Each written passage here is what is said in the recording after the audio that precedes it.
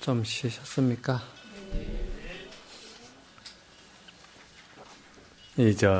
선녀에서 가장 중요한 법문의 요지가 있다면은 이 계당보설입니다. 이 계당보설을 제외하고는 모두가 이게 시중법문으로 나가요. 그럼 이 계당보설은 상당법문이라는 이야기지.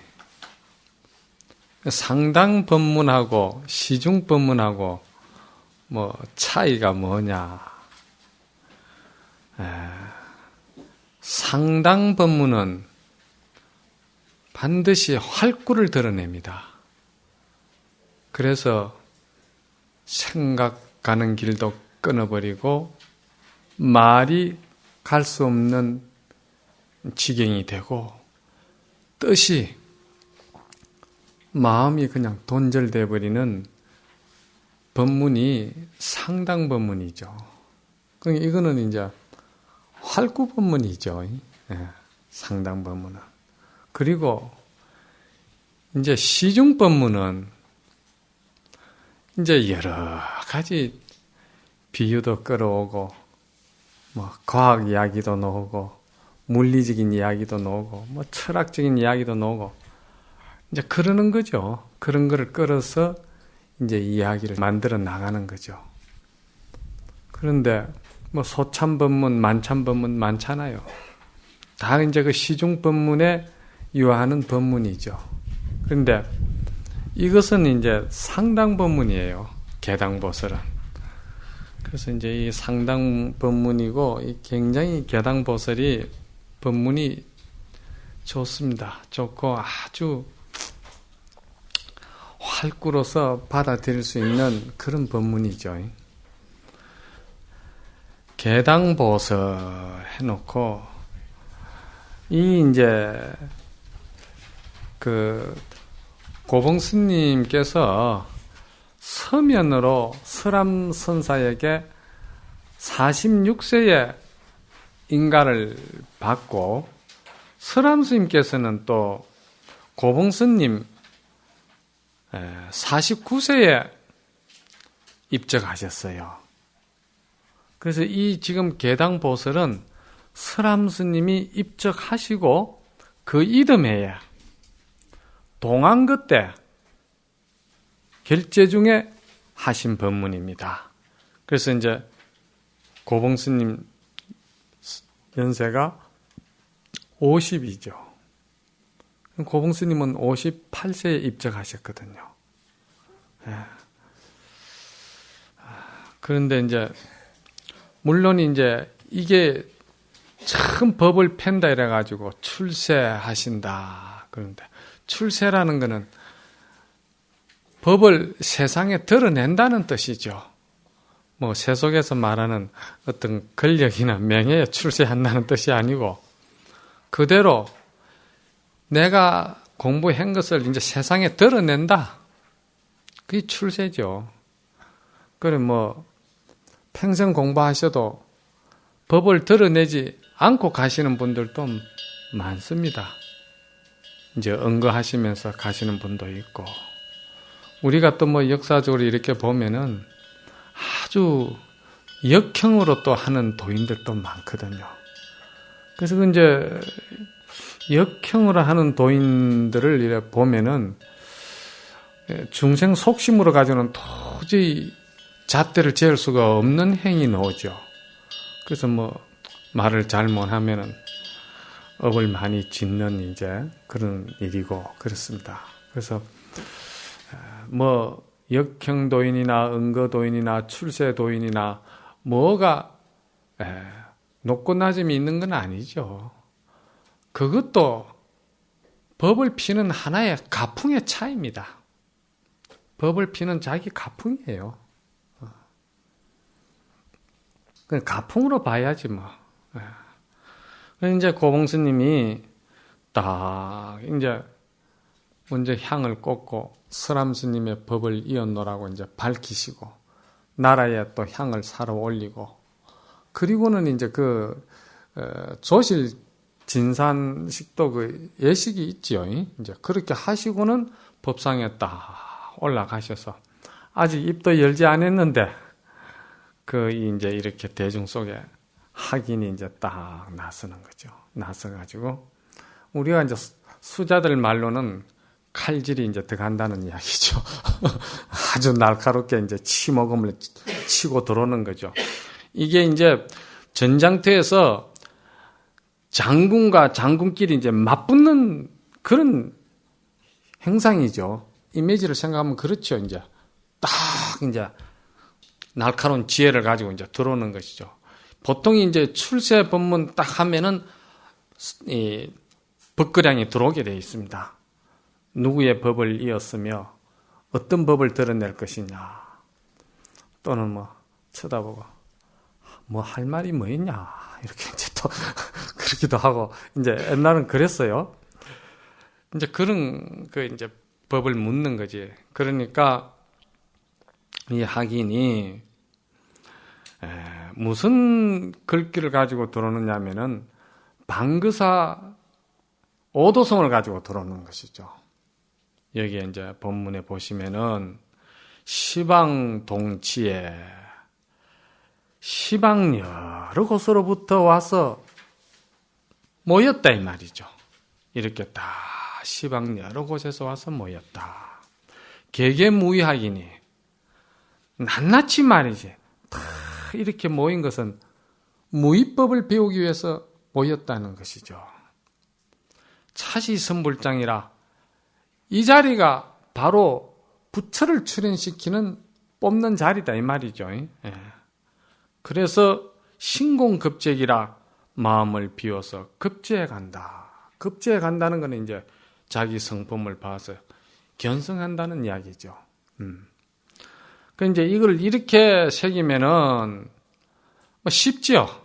글자 그대로 이게 쉽습니다. 그런데 이거를 조금 색깔을 달리 한다면은 시방동치에다. 시방이 동치해란다는 것은 우리가 이 선도 굳이 이제 조금 이제 경학적으로나 교학적으로 이제 비유를 들자면은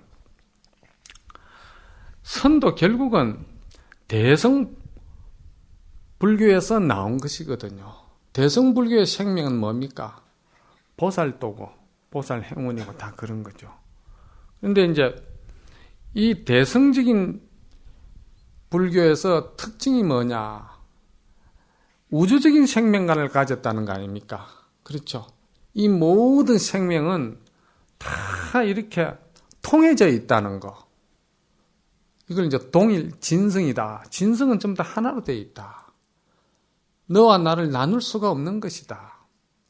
거미가 아무리 복잡하게 바둑판처럼 거미줄을 만들어 놨어도 결국 그 거미줄 엉덩이에서 나온 거예요. 내가 그 말이 맞는가는 모르겠는데 거미 몸에서 다 나온 거라 이 말이요. 그러니까 여기를 건드리나 저기를 건드리나 결국 거미에서 다 나온 거야. 이게 이제 자기 진성을 보면은 이 생명관이 전부 다 하나로 통일되어 있는 것을 갖다가 확실히 확정하는 거죠. 그러면은 이 생명관들은 그러면은 어떻게 존재해 가느냐?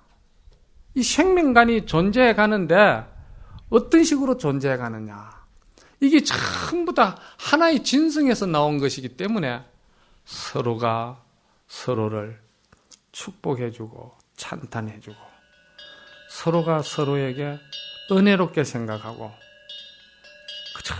그 사랑을 주려고 원을 세우고 서로가 서로에게 상생하려고 애를 쓰고 이게 이제 우리가 소위 말하는 영광관계 속에서 생명이 존재해 나간다는 거.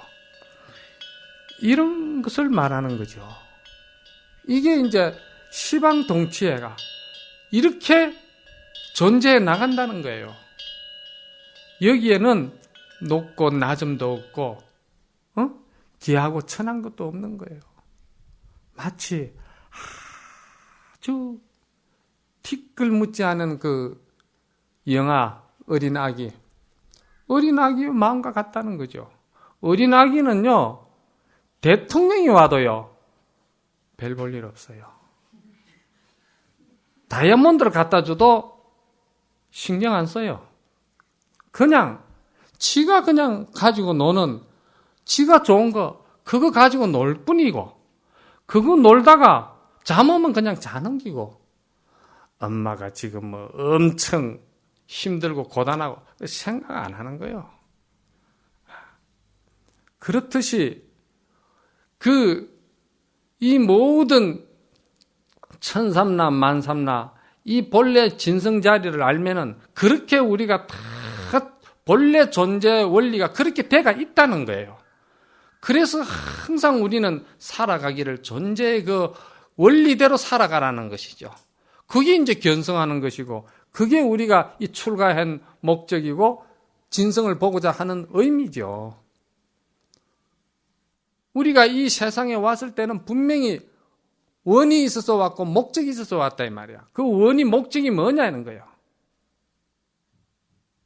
우리 본래 진성의 흐름대로 살고자 하는 것이 우리 원이고 목적이라는 거지. 그런데 우리는 지금 그걸 조작하고 있는 거예요. 뒤집어 버리는 거예요. 조작하고 뒤집으니까 우리의 본분사에 지금 완전히 장벽을 쳐버린 것이죠. 그래서 성가기감에도 서산스님이 가장 아름다운 수행이 있다면 천진으로 돌아가는 것이다. 부처님도 열방에 그렇게 말씀하셨어요. 마지막에 하시는 말씀이, 내가 세상에서 가장 존경하고 아름다운 사람이 있다면은 이 사바세계에 와서 그렇게 찌들려가 살아도 그 진성이 오염되지 않냐고 그 얼굴이 해맑은 빛을 보면은 그 사람이 가장 아름다운 사람이다. 존경할 만한 사람이다. 이게 이제 시방동치입니다. 우리 살아가는 세상 원리가 이렇다는 거죠. 그래서 개개무의학이라 다 함이 없는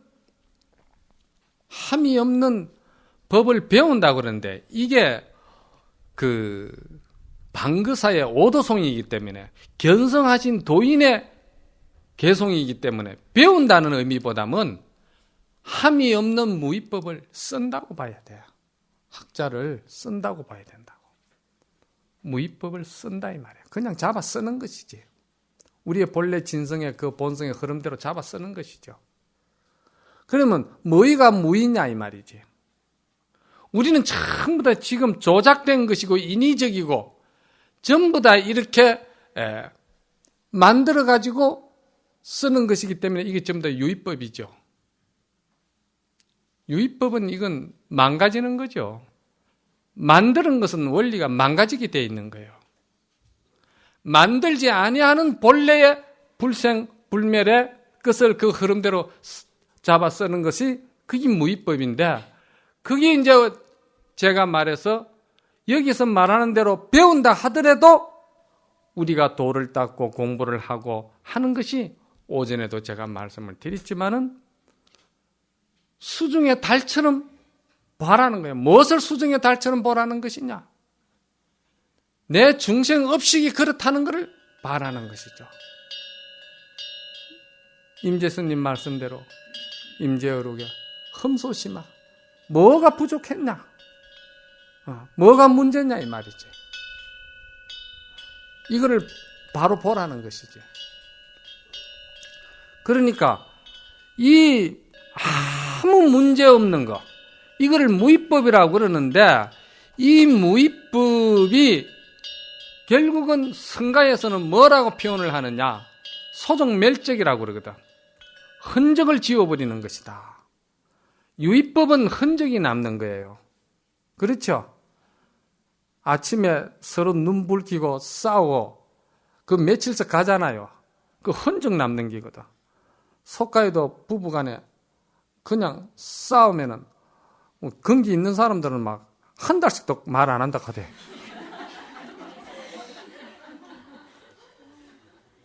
근기가 대단하죠. 그 하루 말 안 하는 것도 힘든데 한 달씩 그냥 같이 어떻게 한 방에 한 부부로 살면서 말 안 한다는 게 보통 근기가 아니거든. 그건 전부 다 흔적을 남기는 일이더라. 그런데 이 무위법은 흔적이 없다는 것이, 선은 흔적을 지우는 것이 선입니다. 이 진성을 알면은 흔적이 지워진다는 것이죠. 흔적이 남을 수가 없다는 것이죠. 그럼 이 흔적을 우리가 분별심으로 아르마리로 가지고 이 흔적을 지우고자 해서 지워지는 것이냐? 안 지워져. 이 분별식이랄까 아르마리라는 것은 무슨 그 늪과 같아가지고 허우적거리고 분별을 하면은 할수록 말려드는 게 분별식입니다. 아무리 좋은 말을 하고 아무리 좋은 논문을 쓰고 아무리 좋은 말을 많이 한다 하더라도 끝에 가서는 결국은 꼭 문제를 남기게 돼 있어요. 아무리 좋은 분별을 하고 아무리 좋은 내가 답을 끄잡아낸다 해도 그거는 또 하나의 분별을 불러들이게 돼 있어요. 이게 전부 다 이 식으로서 이루어지는 일들이다 이 말이에요. 그런데 이거를 인위적으로 어떻게 흔적을 지울 것이야? 안 돼. 이게 참 안 되는 거예요. 그래서 마지막에 나온 것이 이게 가나선법이라는 거예요. 화두법이라는 거예요. 화두법에도 이게 반드시 활구만이 그 흔적을 지워주는 것이고 활구만이 우리 본성에 들어갈 수 있는 그런 수행이 된다 이 말이에요. 그래서 사꾸 들지 말라는 거예요. 제가 지금 이 방그사의 오도성을 왜 설명을 자세하게 하느냐. 밑에 가서는 제가 이걸 설명을 안 하려고 하기 때문에 그런 겁니다. 고봉스님의 활구 법문을 내가 혀를 댄다든지 여기다가 쓸데없는 소리를 사족을 붙이면은 고봉스님의 법문을 내가 버리기 때문에 지금 그나마 할 수 없이 지금 이제 오도송해 가지고 지금 이야기를 하는 거예요. 그래서 차시선불장이라 이것이 부처가 출현하는 도량이다. 부처가 어디서 출현합니까? 부처는 절대적으로 알 수 없는 활구에서 부처가 출현하지 알래야 알 수도 없고 볼래야 볼 수도 없고 조주 이놈의 자식 뭐 때문에 이런 소리를 했는고 진짜 기가 차 이거 하나만이 거기서 부처가 출현하지 여기 아니고는 부처가 출현할 수가 없어요. 그러니까 화두는 모든 재부를 출현시키는 불모가 되는 거예요. 화두가. 그런데 이 화두를 가지고 장난을 하고 화두를 가지고 해답을 만들어내고 짜집기를 하고 이렇게 하면은 이게 되겠어요? 이런 것들을 우리가 좀 알아야 된다는 거지. 이게 화두의 정체성입니다. 화두의 근원적인 우리의 그 정체를 알아야 된다는 것이지. 여기에 무슨 조사, 부처, 열반, 해탈 뭐가 여기다 갖다 붙일 수가 있어요. 이게 부처가 출현하는 자리거든. 그래서 활구를 들으라고 그러는 거예요. 활구 드는 자만이 그냥 1초 직입 열애지 한다는 거야. 한순간에 그냥 열애지에 들어가 버린다는 거지. 활구가 아니고서는 열애지에 들어갈 수가 없어. 1초 직입. 초기 경전에 어떤 학인이 달마스님에게 무엇이 도노입니까? 그러니까 달마스님이 눈을 깜빡. 도노는 눈을 깜빡하는 것도 늦다는 거예요. 1초 직입이라고 하면 1초 직입도 늦다는 거예요. 이게 조사선법입니다. 그리고 이게 선이죠. 그래가지고 마음이 비어서 급제에 돌아간다. 돌아갈 때가 어디 있겠습니까? 비인 것이지 뭐. 마음이 더 비어서 이제. 근데 이 법문이 왜 나왔느냐? 이게 방그사께서 정전을 하시다가 처음에는 석두심을 찾아간 거죠. 석두심을 찾아가서 만법과 더불어 짝하지 아니하는 물건이 있는데 이 물건은 어떤 물건입니까? 그랬거든요. 만법과 짝하지 않는다. 이 짝하지 않는다는 이것이 상대성을 초월했다는 이야기거든요. 미움도 없고 고움도 없고 깨끗한 것도 없고 사랑도 없고 상대 대짝을 이루는 것은 일체 없다는 것이죠. 만법과 짝하지 않으니까. 만법이 뭡니까? 우리 일체 모든 유식을 만법 아닙니까? 그 만법에 분별이니 아르마니 짝이 붙을 수가 없다는 거죠. 이 사람은 어떤 사람입니까? 그랬을 적에 석두심은 바로 그냥 방그사의 입을 탁 틀어막아버린 거예요. 순간적으로 틀어막아버린 거죠. 그런데 거기서 방그사가 깨치지는 못했다고 나와요. 그래서 다음에 이제 마조심을 찾아간 거죠. 그래서 만법과 더불어 짝하지 아니한 물건이 어떤 물건입니까? 마조스님은 서강의 물을 한 입에 다 마시면 일러주겠노라 그랬거든.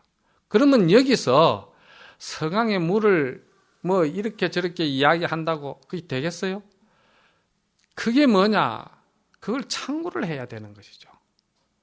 만법과 더불어 짝하지 않은 물건이 어떤 물건인가 했는데 마조스님은 서강의 물을 한 입에 다 마시면 일러주겠노라. 그 소리에 방그사는 깨쳤거든요. 그럼 이거를 참고를 해야 된다는 거죠. 그래서 이제 이 오도성이 나오게 된 겁니다. 나온 건데 이 학인이 이거를 들고 이제 스님이 법상에 탁 올라오니까 들이댄 것이죠. 그러면서 뭐라고 했습니까? 방그사의 이러한 말이 말이지 다시 사람을 위하는 곳이 있습니까? 이렇게 물은 거죠. 사람을 위하는 곳이 있습니까? 그러니까 사가 말씀하시기를 고봉스님이죠. 있다 이랬거든. 이게 이제 고봉스님의 개당보설의 첫 본문입니다. 이게 유행거 있다. 첫 말이죠. 있다. 그러면은 이거를 가지고 스님 있는 측면도 있고 없는 측면도 있지 않습니까? 이런 소리 하는 사람은 하기는 벌써 이거는 가나선에 기본이 안 돼가 있는 사람이야. 선은 그렇게 하는 거 아니에요. 그럴 것 같으면은 고봉스님이 그래 있는 면도 있고 없는 면도 있다 이렇게 법문을 했지 유했거든. 이런 말들을 이제 우리가 이제 왜 유라 했는가? 이게 전부 다 할구입니다. 할구. 그랬을 적에 이 이제 학인이 진운 이런데 이게 어록이기 때문에 어록은 문장이 아닙니다. 그냥 말 그대로를 옮겨 적은 게거든요. 그래서 필요 없는 이제 이렇게 이제 어조사 같은 거를 다 빼버려야 되는 거예요. 그 이제 또 묻되 이 말이지. 필경에 어느 글귀에 말이지, 어느 구절에 말이지 있습니까? 이런 거죠. 그러니까 사가 말씀하기를 종두 문장례하라. 장례는 어조사로 빼버리고 그냥 처음부터 물어라. 이런 말이지 뭐. 처음부터 물어라.